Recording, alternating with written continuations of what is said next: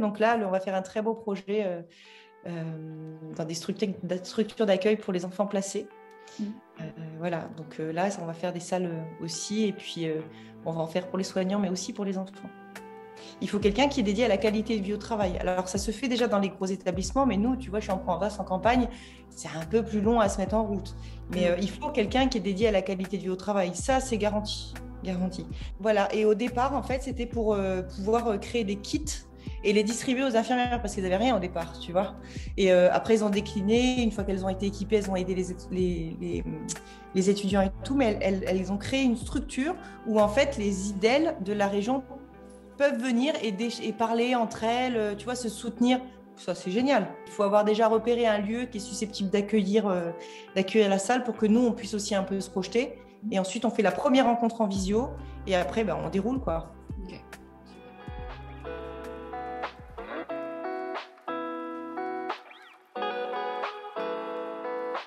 Bon, bienvenue à tout le monde, bienvenue à toutes et à tous. Je suis très contente d'être avec Nora aujourd'hui qui va nous parler un peu de tout son parcours et de sa belle mission qui va vraiment nous parler et faire écho pour vous, j'espère, autant que ça le fait pour moi.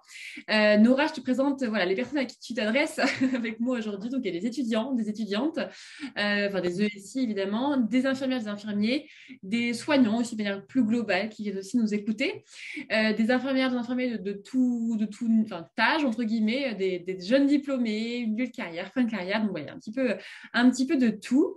Ceux qui ne connaissent pas encore Nora, je vais vous la présenter du coup tout de suite et puis tu compléteras aussi Nora si tu veux.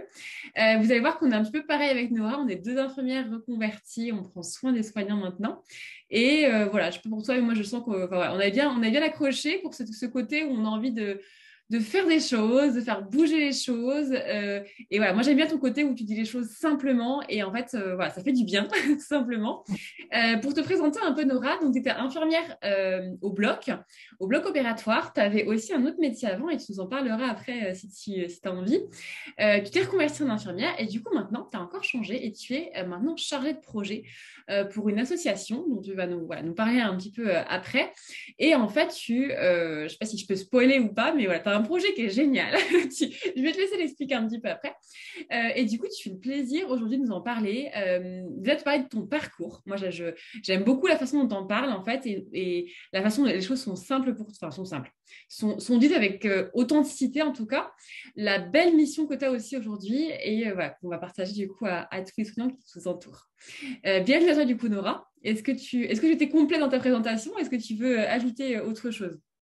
Non, c'était chouette. Ok, ça marche. Est-ce que du coup, tu veux nous parler un peu de ton parcours, on va dire, jusqu'au bloc opératoire, ce que tu faisais avant, comment tu es devenue infirmière aussi, pourquoi, et comment tu as changé encore à nouveau ensuite? Ok. Alors, à la base, j'étais conseiller financier dans une banque et j'ai perdu un de mes meilleurs amis d'un arrêt cardiaque foudroyant et j'ai voulu devenir infirmière en traversant cette épreuve, quoi. J'ai voulu apprendre à faire un massage cardiaque, comme si le métier d'infirmière se résumait à ça. Donc, j'ai voulu absolument apprendre à faire un massage. Donc, j'ai passé mon concours comme tout le monde, que j'ai travaillé à la maison avec l'ANAL, préparation au concours à l'époque. Mon fils était en CP et j'ai passé mon concours, je l'ai eu, je suis rentrée en école d'infirmière. J'étais la dernière promotion de l'ancienne réforme. D'accord, ok. Ouais, 2011, quoi. C'est ça, c'est ça. Et puis au départ, je voulais donc apprendre à masser. Je voulais prendre soin des gens. J'avais vraiment besoin de prendre soin. Et je voulais plus du tout de rapport à l'argent. En fait, c'était quelque chose le rapport financier entre les êtres humains me mettait très mal à l'aise. J'aimais pas du tout. Et même si à la base j'avais fait ce métier parce que j'avais la notion de conseil en fait. Donc je n'avais pas encore compris moi, parce que j'avais été diplômée très tôt, que c'était pas ce qui allait me faire du bien en fait. Et du coup voilà, j'ai quitté la banque pour devenir infirmière. Au début, je savais pas trop ce que je voulais faire. Je me rappelle avoir écrit sur la feuille que je voulais apprendre pour transmettre. Okay. Voilà, donc je ne savais pas trop. Et puis, plus les stages avançaient, plus je me suis dit, bon, bah, ça, non, ça, non. Ça a plutôt été dans ce sens-là, quoi.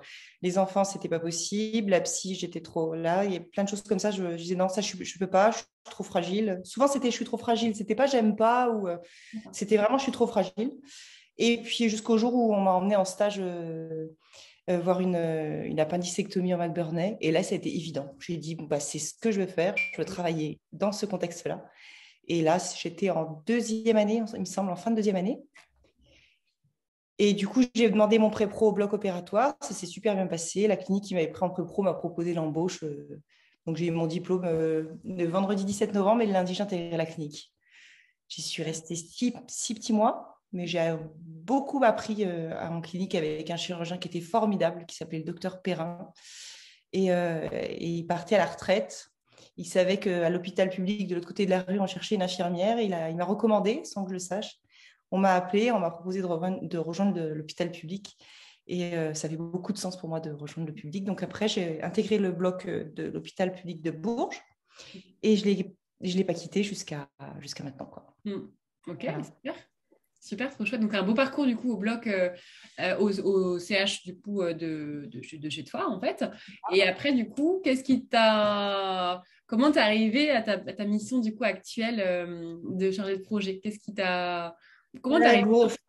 gros hasard. Moi, j'avais pas du tout prévu de quitter l'hôpital et de quitter mon travail, parce que j'adorais mon travail. Par contre, j'avais décidé de faire l'école d'IAD parce que bon voilà, je suis pas IBOD, je suis IDE, mais connaissant les sacrifices d'une famille à reprendre une formation, j'avais pas du tout envie de reprendre une formation pour pas apprendre grand chose parce que j'avais l'impression que j'allais pas apprendre grand chose.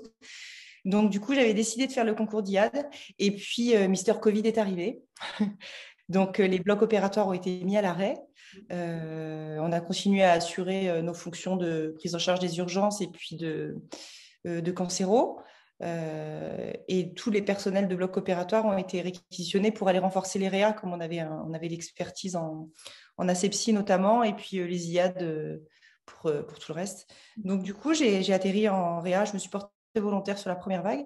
Et puis là, bah, comme tout le monde, on n'a pas besoin de rentrer dans les détails, tout le monde sait. Voilà, gros ras-le-bol, mais dans le sens où j'ai vu la souffrance de tout le monde. Et il y a des choses qui m'ont paru évidentes en me disant, de toute façon, bon, la rémunération, on sait qu'elle ne changera pas du jour au lendemain. Et puis, clairement, on n'a pas fait ce métier pour ça, même si, évidemment, il faut qu'on soit payé à la hauteur de notre engagement et de nos compétences. Mais en fait, il m'a paru évident qu'il y avait un gros problème de qualité de vie au travail, quoi. Et du coup, bon, il y a eu aussi un événement assez bizarre, c'est que un soir, en rentrant d'une journée bien pourrie en réa, comme tout le monde, j'avais perdu une patiente, mais il y en a toujours qui vous marquent plus que d'autres, donc celle-ci plus que d'autres. Et je venais de découvrir Instagram, je ne connaissais pas. Je me connecte sur Instagram et je tombe sur un live de Guillaume Canet. Donc, qui appelait les soignants, enfin les gens à soutenir les soignants, notamment en filant de l'argent dans les cagnottes solidaires. Bon, comme je t'ai dit au départ, moi j'ai un gros problème avec l'argent.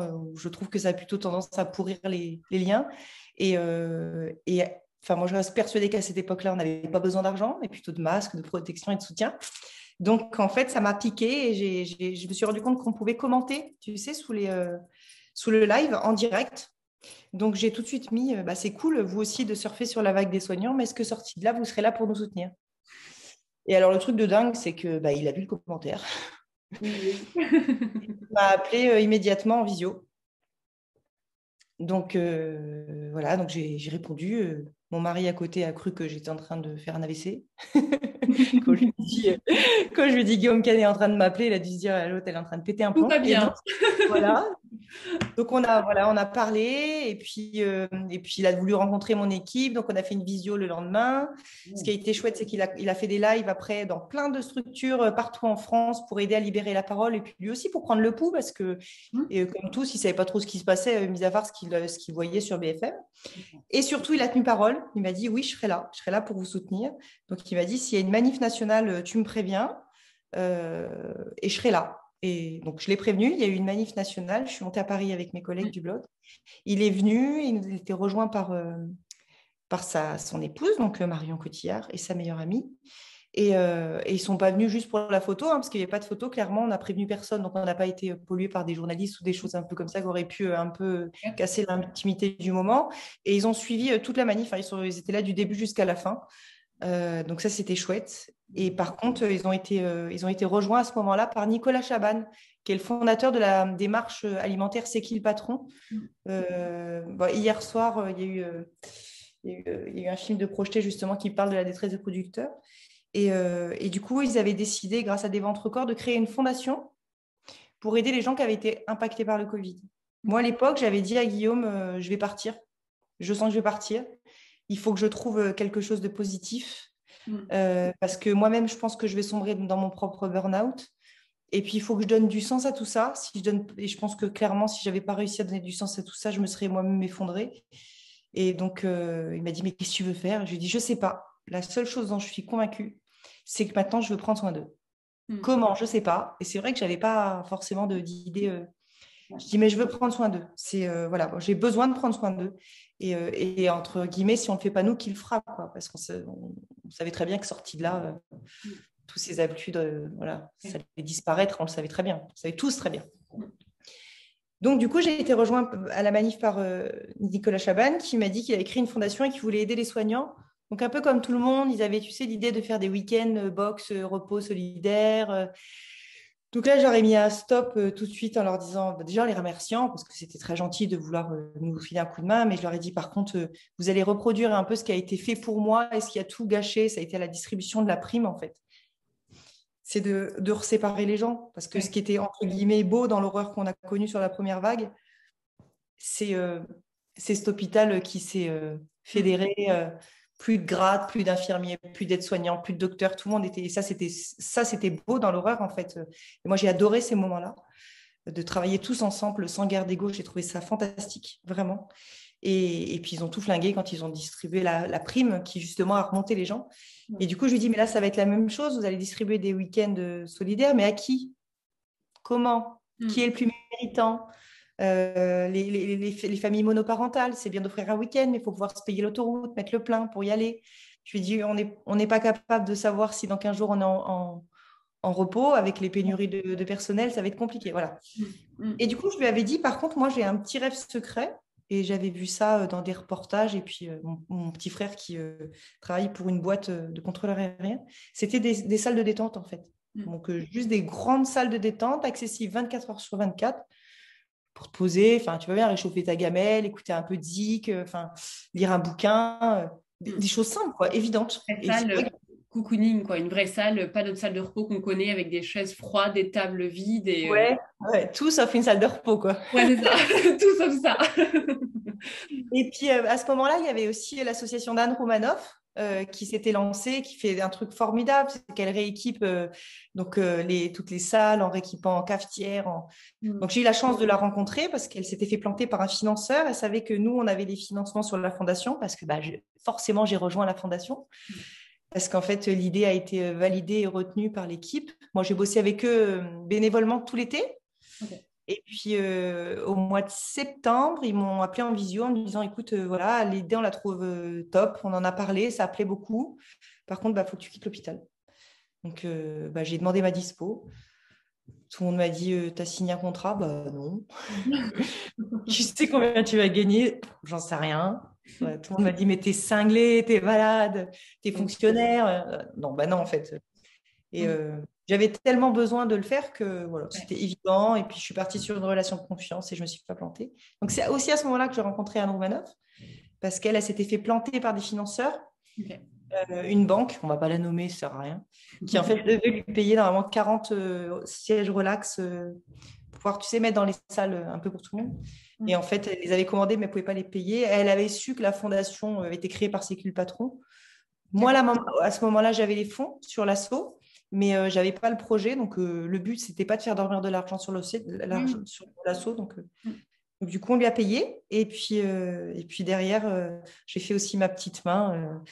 C'est-à-dire que j'ai fait rééquiper mes collègues dans mon hôpital. Donc, il a fallu faire rentrer les choses aussi en sous-marin parce qu'on connaît un peu les services techniques. Donc, c'était un peu compliqué. La nuit, j'ai fait rentrer des clims, des choses comme ça. C'était des instants précieux quand même.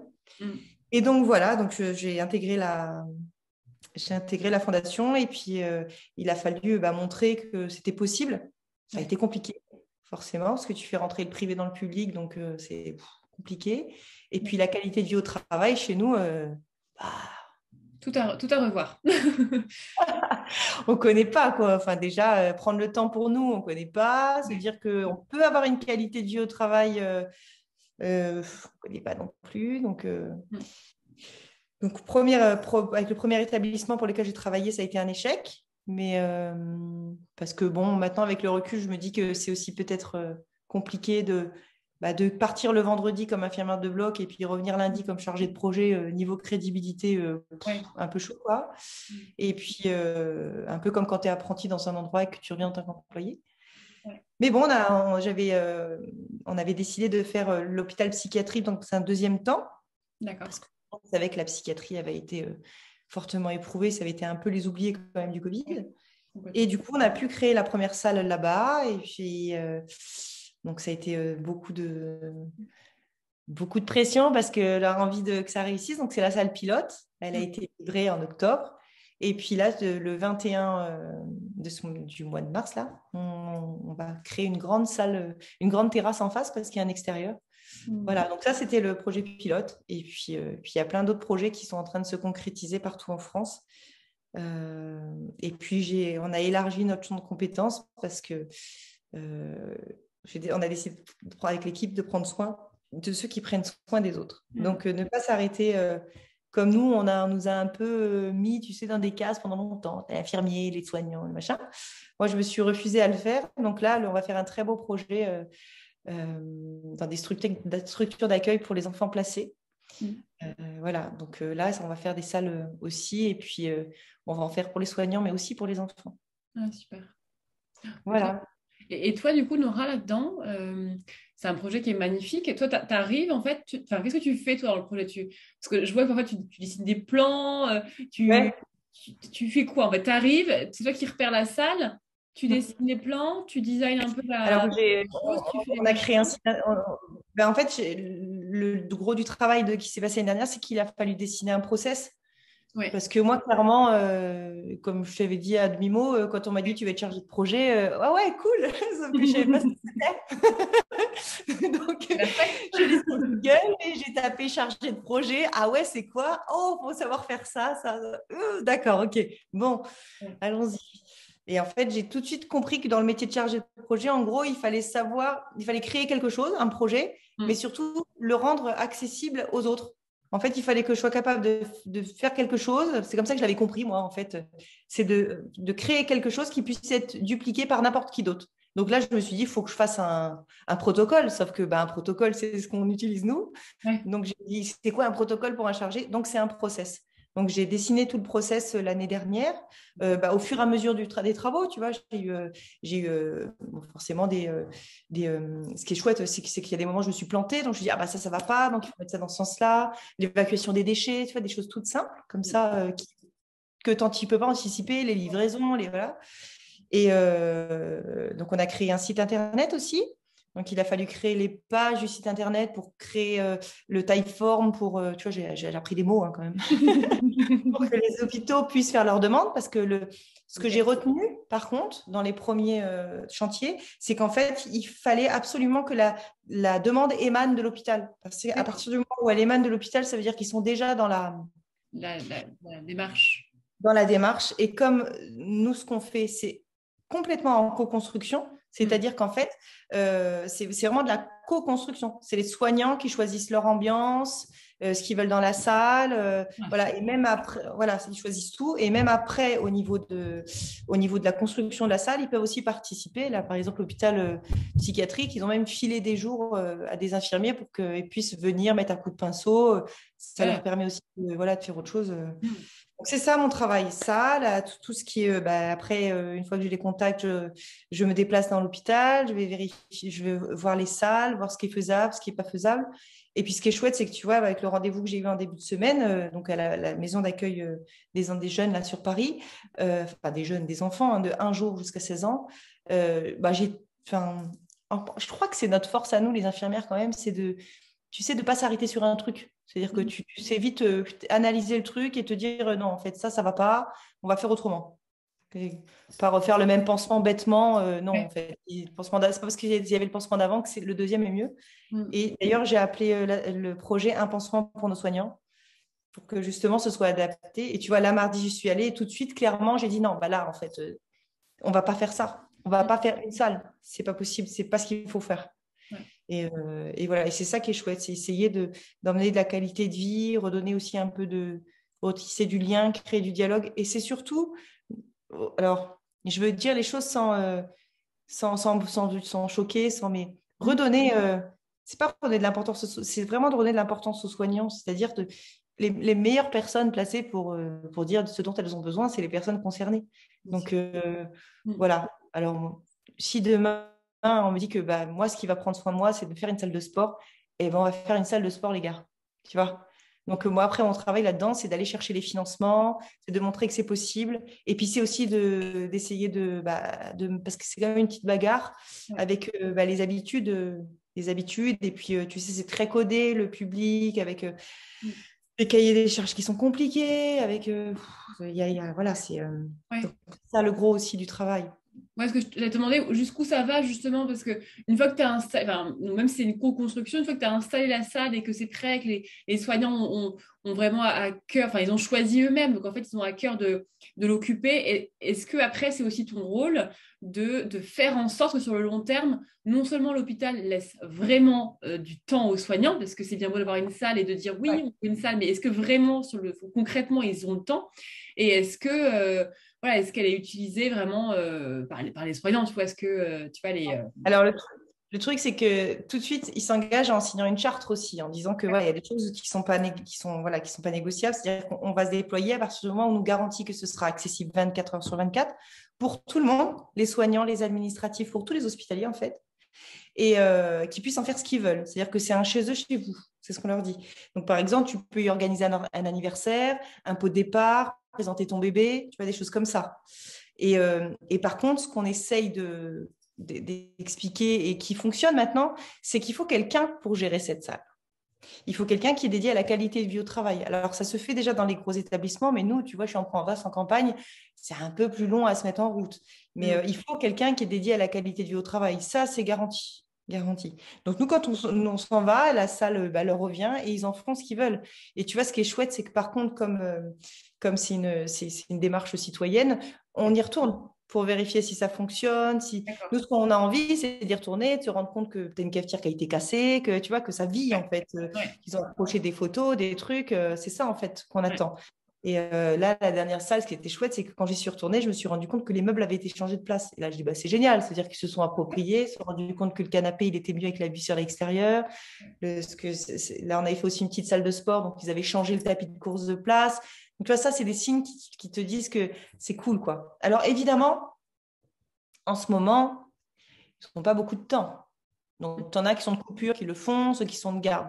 Mais enfin, moi, je reste positive et je me dis que dans ce projet-là, on capitalise sur l'avenir. Oui. Tu vois, j'allais te demander justement. En ce moment, évidemment qu'il y a une énorme pénurie, évidemment qu'on n'a pas beaucoup de temps, évidemment que ça, c'est évident. Mais je ne peux pas me dire que c'est fini et qu'on ne peut rien faire. Parce que moi, ce qui me rassure, c'est quand tu vas à l'IFSI le jour de la rentrée et que tu te rends compte que malgré la crise Covid, il y a plus de 20% d'inscriptions en IFSI. Donc, quand moi, on me dit qu'il faut motiver les gens et qu'il faut rendre notre métier attractif, je leur dis clairement, les gars, vous vous trompez de combat, le métier, il est attractif, sinon on n'aurait pas les IFSI pleins. Puis à tous les âges à l'IFSI, tu as des jeunes, tu as des moins jeunes. Moi, je suis une reconversion pro, voilà. Dans ma promo, la plus ancienne avait 46 ans à l'époque, tu vois. Donc, mais par contre, il faut travailler à se demander pourquoi, au bout de 5 ans, tu n'en peux plus, quoi. Il y a un truc. Ouais, c'est ça, en fait. C'est exactement ça. C'est ce que tu dis, Nora. En fait, le problème, c'est pas que les gens ne veulent pas devenir infirmière. Si je reprends infirmière, mais c'est pareil avec aide-soignant, hein, si on creuse bien. Bien Mais sûr, c'est pareil. c'est pas qu'ils ne veulent pas devenir infirmière, c'est qu'en fait, dès les études, il y a des problèmes. Et dès les premières années, en fait, on ne les motive pas. Et en fait, voilà, c'est exactement ce que tu dis. En fait, le problème, il n'est pas là. Il n'est pas est-ce que le métier est attractif, c'est comment on les garde, en fait. Qu'est-ce qu'on fait C'est ça, en fait. comment on les garde, comment on fait pour qu'ils ne s'épuisent pas, comment on fait pour que tout le monde aussi se fédère et puis arrête voilà, de se scinder, parce qu'en fait, tu arrives à avoir un esprit de camaraderie qui est génial pendant ta promo. On arrive à faire, bon, tout le monde peut pas s'aimer, on ne vit pas dans le monde des bisounours non plus, mais tu as quand même, tu vois, cette espèce d'envie collective. Et pourquoi arriver dans les services, voilà, on arrive à monter un peu les gens les uns contre les autres. C'est surtout c'est pas qu'on les monte les uns contre les autres, c'est que comme je pense, on les sépare, parce qu'on a tellement clairement cloisonné l'hôpital. C'est pour ça aussi que j'ai voulu faire ces salles-là. C'est pour avoir un endroit commun, pour que tu puisses rencontrer, tu vois, une nana que tu connaissais pas. Et ce qui est génial, d'ailleurs, j'ai un truc que j'avais filmé que je pourrais t'envoyer. Et c'est une ASH qui me dit, tu vois, Nora, ce qui est cool, c'est qu'à midi, on mange et j'ai rencontré une des nanas que je connaissais même pas, qui travaillait ici depuis 10 ans comme moi. Et ça, c'est génial. Tu vois, c'est ce que je disais, moi, quand je me retrouvais à récupérer une patiente qui arrivait pour se faire opérer d'une PTH, qui manquait des feuilles dans le dossier, que j'avais pas la telle. J'étais la première à gueuler, hein, Charlotte, hein, comme tout le monde. Elle fait chier, là-haut, elle n'a pas fait le taf, le dossier n'est pas complet. Mais en fait, si j'avais connu le quotidien de la infirmière là-haut, peut-être que je me serais rendu compte que l'infirmière dans toi était toute seule pour préparer ses 10 patients. Et qu'effectivement, ben, voilà. Et du coup, le fait de décloisonner les services, ben, on recrée un dialogue, quoi. Parce qu'on est tous, à la base, on est tous là pour le patient. Parce que ce que je n'ai pas dit depuis le départ, c'est que tout ça, je le fais aussi parce que j'adore mes collègues, j'adore mes frangins de galère, comme je les appelle. Mais c'est surtout parce que j'adore prendre soin des gens. Et qu'en fait, pour moi, prendre soin des soignants, c'est prendre soin des patients, quoi. Donc, voilà. Et voilà. Donc, c'est pour ça que je me suis dit, il y a un truc à faire. Alors, peut-être que tu vois, c'est pas un truc que je vais faire longtemps. Peut-être qu'après, je vais réaxer sur autre chose. Mais il y a plein de choses. Les crèches, ça n'existe pas. Les salles de sport accessibles 24 heures sur 24, c'est pareil. Enfin, il faut que ça se démocratise, ces choses-là. Parce qu'on n'a pas les mêmes rythmes. Oui, c'est ça. Ouais. Non, puis comme tu disais au début, de toute façon, toi, tu inities le mouvement. En fait, tu as créé des process pour que après derrière, les gens puissent le faire à leur tour. Ouais. Donc, en effet, là, c'est quoi vos objectifs en termes de chiffres, de nombre de salles qu'on peut faire par an, je sais pas, en France? Et c'est quoi l'objectif final? Mais Parce là, que on s'était dit 5 grandes salles sur la première année, tu vois. Ouais. Et puis, donc là, le temps de faire le procès, 5 grandes salles.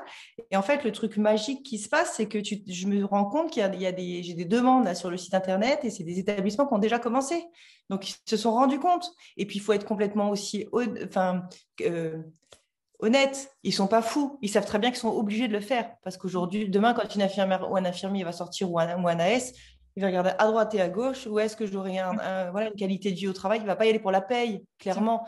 Mais tiens, là, il y a une crèche, tiens, là, il y a un truc, tiens, là, je pourrais aller au sport sans payer ma cotisation. Parce que c'est bon de payer des salles de sport 50 balles par mois. Alors, on te dit qu'elle est accessible, mais tu ne peux jamais y aller parce que tu es fatigué. Parce que Alors que si tu as la salle de sport dans l'hosto, tu peux y aller quand tu veux, quoi. Et en clair, ça coûte rien de faire une salle de sport. Ça leur coûte rien. Au contraire. Alors moi, je regarde beaucoup les modèles un peu scandinaves qui, de toute façon, ont de l'avance sur tout, j'ai envie de te dire. Et du coup, ça se duplique. Et donc, pour revenir à ta question, ce qui est chouette, c'est qu'en fait, je me rends compte que ça se fait maintenant. Donc, je veux surtout pas interférer. C'est pour ça qu'en fait, c'était important de faire de la co-construction. Et c'est pour ça qu'en fait, je voulais absolument que les services techniques des hôpitaux fassent les travaux avec nous. Ok. Tu vois, il fallait absolument. Et là, j'ai un hôpital qui nous a sollicité. Je les ai rappelés en leur disant, mais clairement, mais en fait, alors on n'est pas une banque, hein, on n'était pas prévu pour ça, mais vous avez déjà fait un truc génial. Donc là, vous avez besoin de quoi? D'agrandir, vous savez le faire. Et bien, on va vous laisser faire. Par contre, on va peut-être vous offrir, si vous voulez, on vous paye le cocon à sieste, on va vous payer les tables, on vous paye les chaises, on va vous le payer. Mais il faut surtout pas casser cette dynamique, en fait, tu vois. Ok. Ouais, donc, tu as initié normalement le mouvement, mais aussi le fait que maintenant, les hôpitaux, ils vont se dire, attends, là, ils ont fait des salles, du coup, moi aussi, il faut que je me bouge. Et maintenant, c'est eux-mêmes qui commencent à se motiver tout seuls à les faire. C'est ça un petit peu? Ouais, c'était un peu le but, en fait. C'était d'arriver en essayant d'insuffler des idées et puis de passer plus pour une facilitatrice qu'autre chose, quoi, tu vois. Parce que moi, j'aimerais bien enfin, je le ferai pas parce que je vais pas en arrière, mais je l'aurais pas quitté mon blog si ça avait pas été pour faire des choses comme ça, tu vois. Et petit à petit, ça va monter et voilà, et je prends d'autres engagements et parce que je les abandonnerai jamais. Mais voilà, je reste convaincue. Et après, il y a plein d'autres choses. Tu vois, c'est comme les mutuelles. Ouais. Les mutuelles, c'est une catastrophe. On avait des avantages dits en nature aussi avant. On allait chez le médecin, enfin, on avait une consultation de spécialiste. Le mec, il codait pas. Bah, maintenant, il code. Enfin, tu travailles avec lui, tu opères avec lui, et en fait, il t'envoie une facture de 80 € parce que c'est pas pour les 80 € que tu as à payer, tu vois. Mais c'est sur le principe. Et puis, on m'a posé une question aussi. On m'a dit, mais c'est pareil, les soignants, ils sont souvent malades, ils sont souvent des trucs graves. Mais c'est parce que vous êtes exposé? Bah, je dis clairement, je pense pas. Parce qu'après avoir pris beaucoup de recul, je pense pas qu'on soit plus exposé qu'un militaire, que quelqu'un dans la rue qui respire toutes les merdes, qui mange n'importe quoi en boîte. Par contre, on prend pas beaucoup de temps pour nous. Et puis en général, on est quand même vu entre deux portes, quoi. Je dis parce que je disais, vous, quand vous voulez prendre rendez-vous chez le gynéco, bah, vous prenez rendez-vous 6 mois avant. Et encore, quand vous avez de la chance, et ben une infirmière, un aide-soignant, il n'a pas de visibilité sur son. Tu vois? Donc, il ne prend pas les rendez-vous de prévention. Et en général, quand il y va, c'est parce qu'il a mal, ou c'est parce qu'il a maigri, ou parce que. Donc, bah, forcément, il y a un truc, quoi. Ah oui, on n'avait pas vu les choses comme ça. Et je dis pas que j'ai la. Tu vois, je dis pas que que c'est la vérité, voilà, absolue. Mais je pense qu'il y a des choses à creuser dans ce sens-là, tu vois. Il y a quand même des choses à creuser dans ce sens-là. Puis nous, ouais. voilà, faut qu'on accepte aussi que. Qu'il faut qu'on prenne soin de nous. Ouais, donc c'est intéressant. En fait, il y a pas que. Enfin, en fait, tu as vraiment une vision plus globale. En fait, tu vas pas t'arrêter juste à tiens, on crée les cocons pour les soignants. C'est non seulement je m'y mais en fait, j'ai envie qu'ils s'y mettent eux-mêmes, les hôpitaux. Et après, j'ai envie d'aller plus loin en parlant de mutuelles. L'autre jour, on parlait aussi ensemble. Moi, je t'avais parlé des séminaires d'équipe. En fait, je me suis dit, mais l'autre jour, quelqu'un en banque m'a dit tiens, on s'est fait un séminaire d'équipe. Mais nous, jamais, en tant qu'infirmière, on oserait imaginer avoir ça un jour, quoi, alors qu'en fait, ça se fait, en fait. Et comme tu disais que les salles de repos, en fait, je pense même que c'est rentable pour eux, parce qu'en fait, alors, je ne sais pas si c'est rentable, parce que je ne suis pas une grosse financière, mais d'un côté, tu fais ça, mais de l'autre, en fait, tu as moins d'arrêt, tu as plus de présentéisme, Voilà. tu as moins de turnover également, tu vois, donc c'est des petites choses, en fait, je pense qu'une fois que tu inities le mouvement, tu as plein d'autres projets, en fait, après à mettre en place, quoi, donc tu as les salles, tu as ça, tu as d'autres idées comme ça après? Ouais. Ouais, oui, je parlais, tu sais, l'autre fois, je parlais aussi de la prise en charge, mais dans sa dimension thérapeutique, quoi. Oui. J'ai rencontré une formidable association. D'ailleurs, je crois qu'il y a quelqu'un qui va aussi intervenir là, qui s'appelle SPS. Et, ils font un travail formidable sur la prise en charge des soignants. Mais demain, si tu fais un burn-out, tu peux te retrouver allongé à l'hôpital psy avec la nana que tu as pris en soin 2 jours avant. C'est pas possible. Nous, on ne peut pas être pris en soin. Donc, pendant longtemps, on disait aussi que la psychiatrie, on a mis les gens à l'extérieur.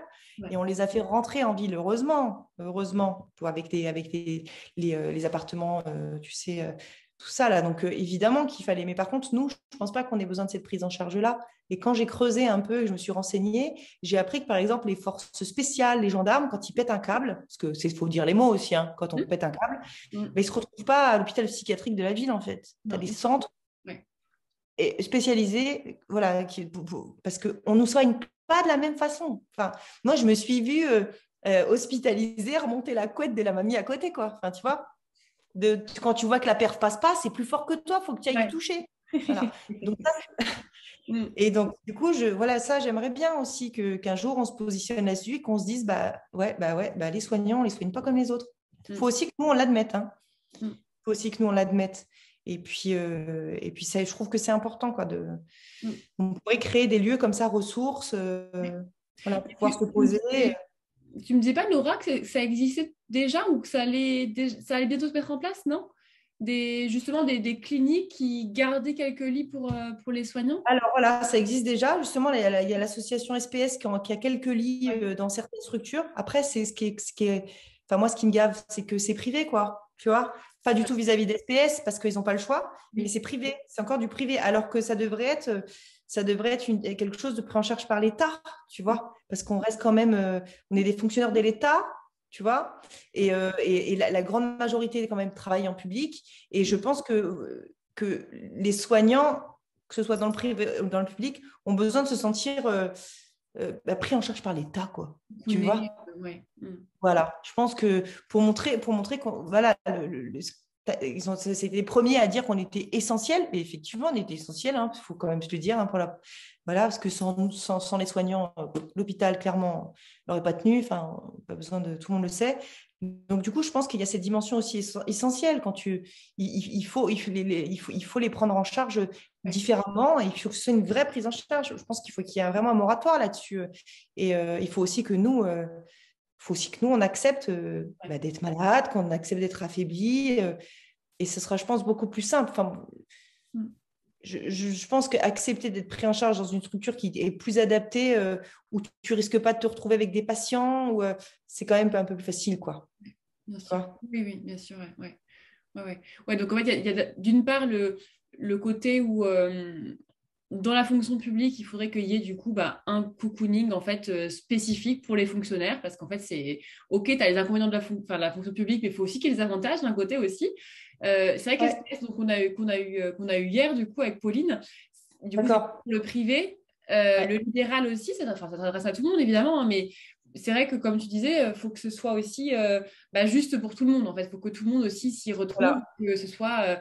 parce que c'est vrai que les salles de repos, dont on parle depuis tout à l'heure, alors je ne sais pas s'il y a des idèles qui nous écoutent, des infirmières, ça va être du privé, etc. Mais voilà, c'est vrai que finalement, ça reste l'hôpital et on se dit, mais OK, à côté, qu'est-ce qu'on va avoir aussi, tu vois, pour nous, les libérales, typiquement, si on en parle, les infirmières libérales, il y a beaucoup à faire parce qu'en fait, elles, c'est pire que tout parce qu'en fait, elles sont toutes seules, elles sont épuisées, personne ne prend soin d'elles, elles-mêmes ne s'en rendent pas compte parce qu'il n'y a pas justement le collègue qui te voit, qui dit attends, voilà, c'est presque parfois les patients qui sont obligés de le dire et elles n'ont pas ces salles de repos. Donc j'espère que quand il y aura tous les hôpitaux qui seront prêts, et bien après on va pouvoir s'attaquer aux IDEL et leur créer des. Après, les IDEL, elles ont fait. Il y a certaines nanas qui ont fait des trucs aussi incroyables. Elles ont réussi à se fédérer. Je ne sais pas si tu la connais, j'aurais peut-être dû te la présenter. Elle s'appelle Sakina. Elle est incroyable. Et ben, le truc de dingue, c'est que c'est une fille en fait qui s'est retrouvée à faire un live avec Guillaume Canet aussi, après le live qu'on a eu. Infirmière libérale sur Marseille. Et en fait, elle a créé l'association qui s'appelle la Maison de l'infirmière.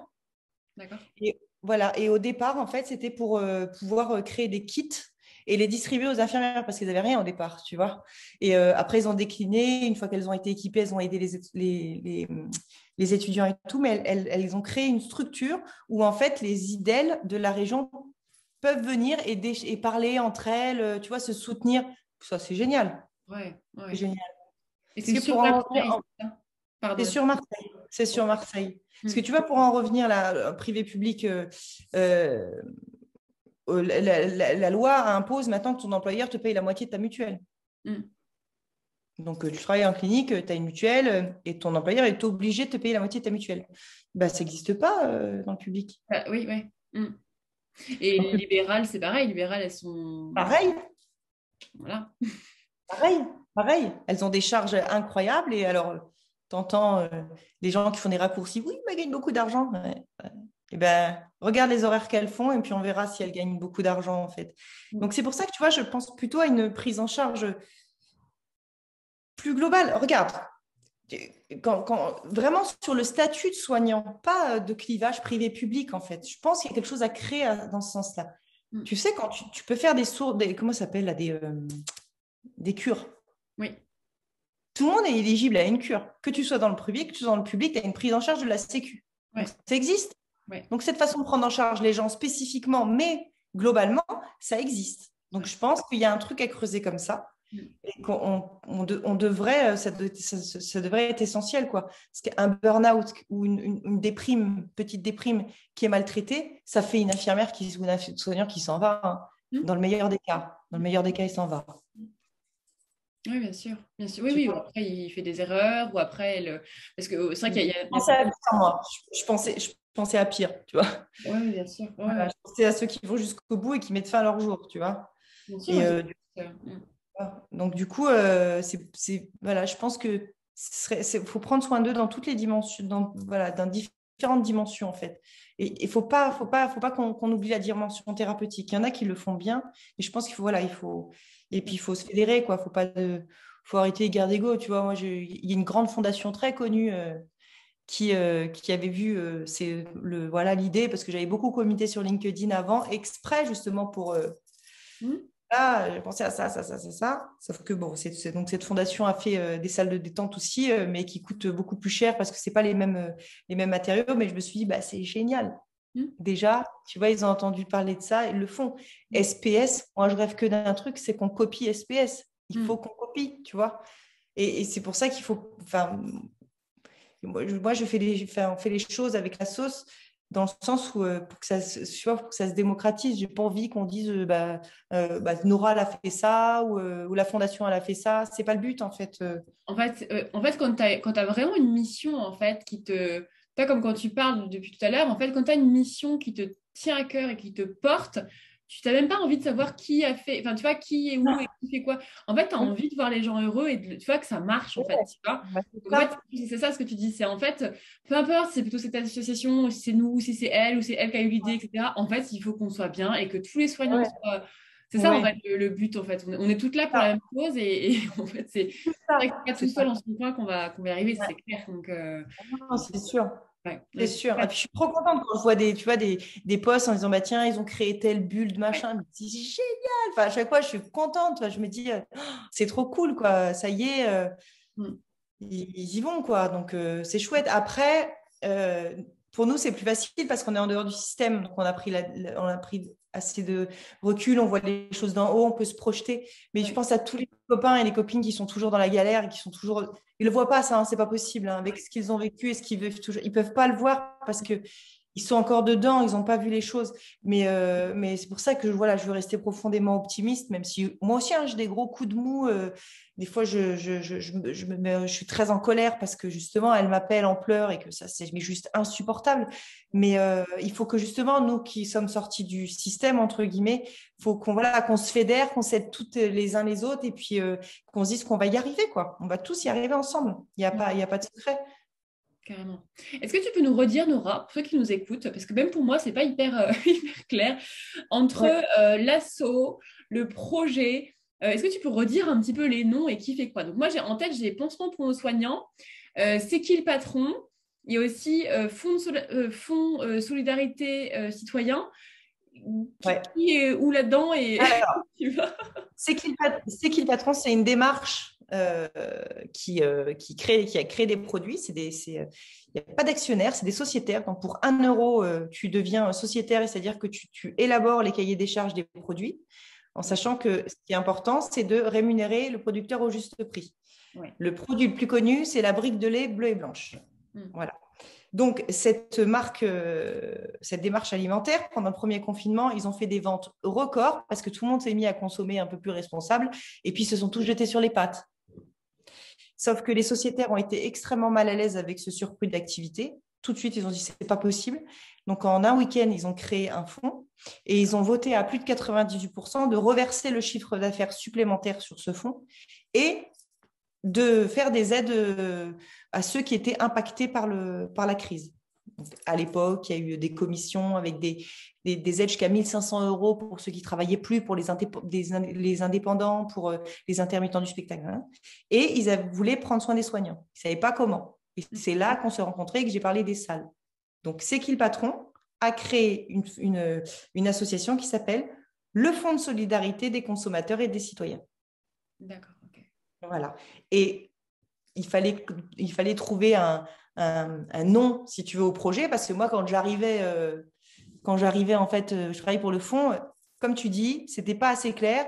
Donc, du coup, on a appelé ça Un pansement pour nos soignants. On voulait même changer l'association et l'appeler Un pansement pour nos soignants. Mais le problème, c'est que moi, avec le recul, je me dis que ça plutôt enfermé, voilà, et ça réduit le champ des possibles. Et du coup, voilà, bon, c'est comme quand tu montes une boîte et que tu t'appelles la SARL Pitch Ashkouf et que par contre, ton salon, il s'appelle le salon Christelle, quoi. Tu vois. Donc, du coup, le projet s'appelle Un pansement pour nos soignants, mais l'association, c'est le Fonds de solidarité des consos et citoyens. Okay. Donc, le site internet, c'est celui-là. Si tu tapes le Fonds de solidarité des consos et citoyens, tu arrives sur la page Un pansement pour nos soignants. Et là, tout le monde peut faire sa demande de salle, voir ce qu'on a, voilà, ce qui est en cours. Okay.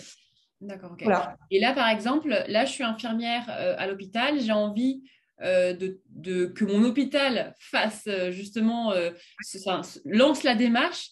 Est-ce que en tant qu'infirmière, je peux vous contacter, initier, ou alors il faut se rapprocher de qui en fait pour que ça bouge à ce niveau-là? Alors, il faut que la DRH en général soit d'accord ou que la cadre au-dessus. Parce qu'en fait, comme ça, ils sont moteur du truc. En général, il vaut mieux remonter à ta cadre et puis aller en parler tout de suite à la DRH parce que ce qu'il faut savoir, c'est que dans un hôpital, la personne qui est responsable de la qualité du travail, et c'est écrit sur son poste, sur sa fiche de poste, ce sont des choses qui ont été oubliées pendant longtemps, c'est le DRH. Donc, ça lui incombe, ça fait partie de sa mission. Le DRH, normalement, doit garantir, c'est sa mission première, la qualité de vie au travail. Donc, voilà. Et du coup, il y a un typeform très rapide à remplir.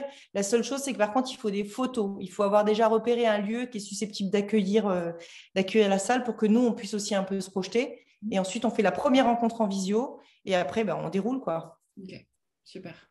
Trop chouette. Et ok. Et en fait, du coup, c'est vraiment la DRH qui remplit le typeform sur le site qu'on va mettre juste... Le cadre ou l'infirmière avec l'accord de la DRH. D'accord, ok.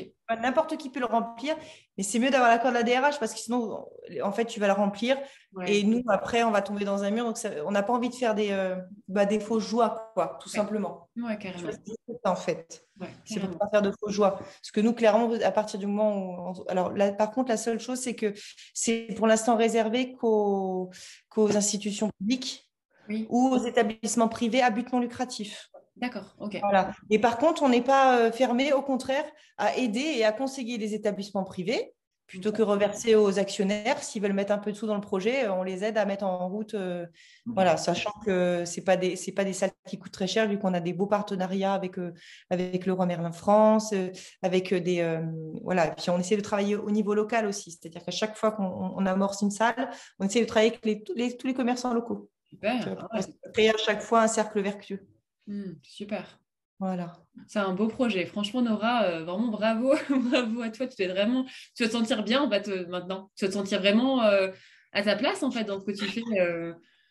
Tu vois, étrangement, je suis quelqu'un qui doute beaucoup, beaucoup, beaucoup. Donc, je suis souvent à me dire, est-ce que je suis pas sûre.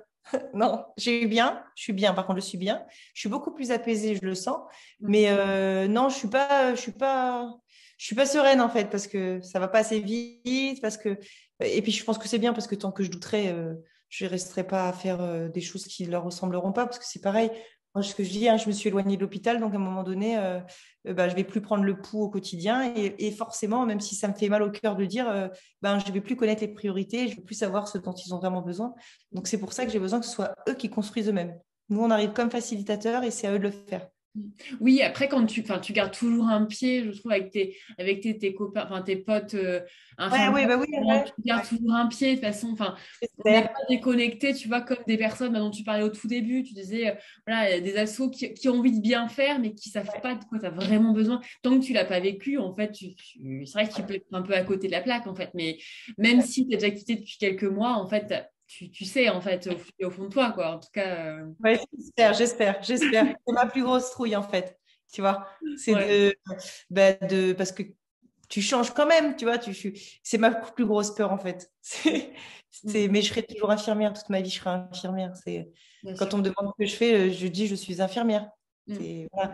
Tu vois, quand j'ai quitté l'hôpital, il y a ma fille qui m'a dit, alors elle m'a dit, je vais essayer de te le dire sans pleurer, c'est rien. Elle me dit, mais maman, du coup, t'es plus infirmière. Et là, tu vois, tu sais, si mon cœur, maman, elle sera infirmière toute sa vie, et je serai infirmière toute ma vie.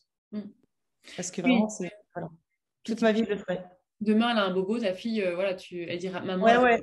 Tu vois, elle va. Ouais. Et puis, je reste convaincue que, voilà, mais tu sais de quoi je parle, quoi. Et quand tu es infirmière, quand tu es soignant, il y a quelque chose qui ne s'explique pas. Il y a une dimension dans la relation humaine que tu ne peux pas expliquer, quoi. Que tu sois dans n'importe quel service, il y a un truc qui est, je pense, pas palpable, qui est pas, tu ne peux pas mettre de mots dessus. Faut l'être pour le comprendre. Et tu reconnais, je trouve, avec les gens, tu reconnais, tu vois, typiquement, quand tu sors complètement du cadre, nous, on s'est rencontrés, Nora, dans le cadre complètement hors hôpital, en fait, typiquement, mais tu reconnais, en fait, les gens, tu sais, on a un regard, tu fais, OK, c'est bon, on se comprend. On n'a pas besoin de décrire pendant 1000 ans nos parcours, ce qu'on a vécu, etc. On sait, en fait, que les salles de pause, comme ça, on sait que c'est, tu vois, Donc, en fait, je pense que c'est plus... Mais oui, on garde un truc. Et puis, moi, j'avais typiquement, tu sais, la feuille que tu remplis pour tes enfants à l'école en début d'année, tu as ton métier. C'est vrai que c'est la feuille où tu bugs un peu devant en mode, alors, qu'est-ce que je mets? C'est ça. Bon, je vais mettre infirmière, au moins les gens connaissent. Ouais, c'est ça. C'est complètement ça, ouais. Mais au fur et à mesure, ça fait tic-tac, tic-tac, tic-tac. Ça fait quelques mois, là, en fait. Ça fait quelques années. Ouais. Mais je pense que, enfin, voilà, Mm. tu le seras toujours, quoi. Oui, il reste encore quelque chose. Écoute, Nora, un immense merci. C'est vraiment une grande chance d'avoir eu aujourd'hui. Merci d'avoir partagé tout ça. Est-ce que tu as un dernier mot pour la fin, quelque chose que tu aimerais partager là aux étudiants, aux infirmières, aux infirmiers qui nous écoutent? Est-ce que tu as un message à leur transmettre, quelque chose qui te tient à cœur que tu as envie de leur dire? Moi, j'ai envie de leur dire merci d'être là, merci d'arriver pour les étudiants, merci à ceux qui sont toujours là, bravo, parce que ce qu'ils font, c'est formidable et voilà, j'en suis complètement convaincue. Et puis, je sais que ça peut être difficile à entendre, mais de garder l'espoir parce que je vous promets que voilà, moi, si j'ai quitté l'hôpital, je voulais pas le quitter, mais si je l'ai quitté, c'est parce que j'avais vraiment envie de faire changer les choses.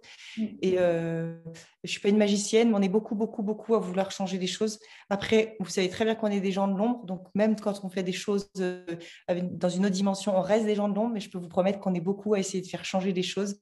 Et voilà, et c'est important de garantir surtout l'accès aux soins ici en France, c'est essentiel, quoi. Voilà. Super, merci. Un immense merci à toi pour ton message, Nora. Merci à toi, merci à tout le monde. Je te dis à très vite et puis écoute, belle continuation dans ton projet. Continue. Continue. Je ne lâcherai pas. Ouais. Je ne lâcherai pas.